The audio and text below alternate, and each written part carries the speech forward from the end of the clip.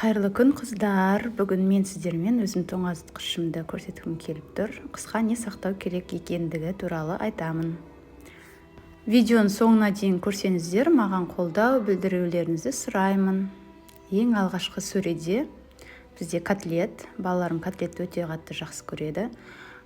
Қолдан жасалған кеспе, тұшпара және мұнда самса мен қаттамаға арналған қамыр рецептісімен бөлісетін боламын.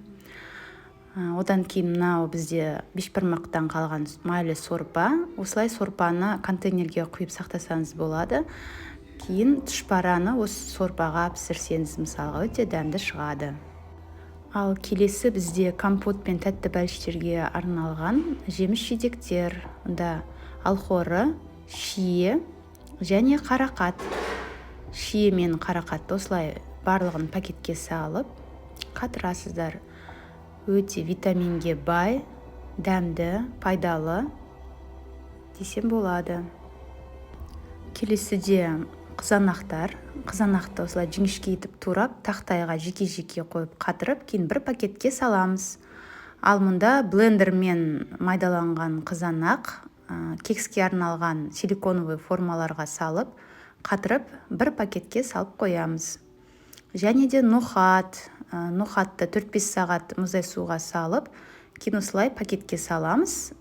Кез келген кезде алып, палау болсын, сорпа болсын, тамаққа қоса береміз. Келесіміз болгар бұрышы. Болгар бұрышын осылай турап сақтауға болады, немесе бүтіндей сақтауға болады. Голубцы жасағанға өте ыңғайлы осылай сақтаған. Және дәмі де өте керемет болады тамақтарыңыздың. Содан соң ас көктер мұнда. Жусай, көкпияз және укроп. Жуып кептіріп турап аласыздар.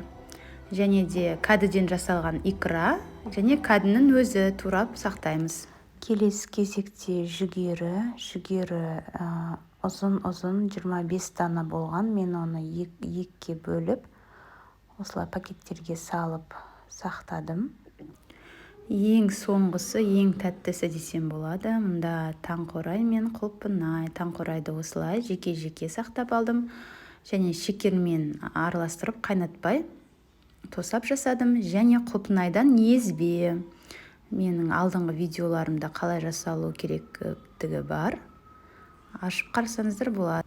Осымен қыздар, менің бүгінгі видеом аяқталды.